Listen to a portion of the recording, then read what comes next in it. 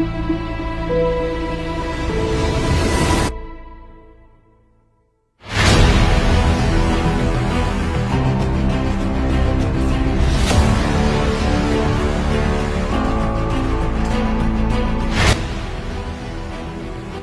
অবস্থা রিয়াজ, কেমন আছিস? এই তো দাদা ভালো আছি, আপনি ভালো আছেন তো? হ্যাঁ, আজকে পরীক্ষা ছিল।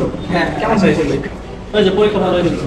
ও তোকে যে কথাটা বলতে চাচ্ছিলাম, আমরা তো আজ বিকালে ওই সবাই মিলে পিকনিকে যাবো। হ্যাঁ হ্যাঁ বলছিলেন হ্যাঁ, তো তুই তো আজকে একটা বাসায় থাকি, কিন্তু একা থাকা কি ঠিক হবে?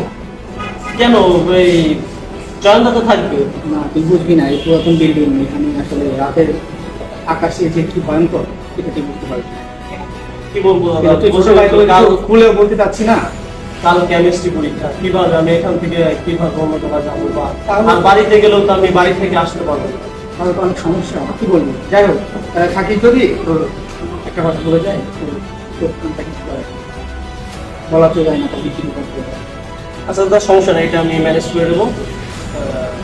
আপনারা কোথায় যাচ্ছেন, কোথায় পিকনিকে? আমরা পিকনিকে আমাদের ফ্রেন্ডের একটা বাসায়, ওই যে বাগান বাড়ি, ওখানে যাচ্ছি। আচ্ছা, তাহলে থাক।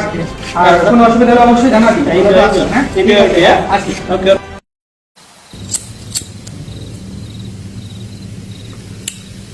না, কাল পরীক্ষা, অনেক পড়তে হবে।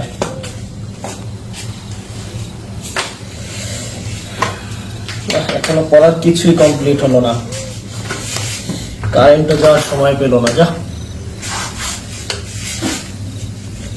রাতে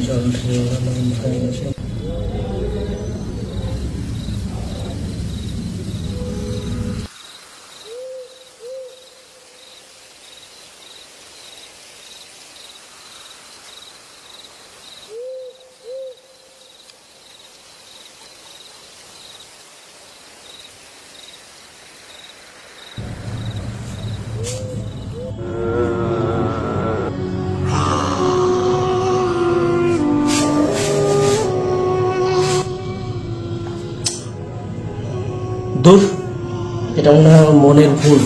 না, পড়তে হবে, কাল পরীক্ষা।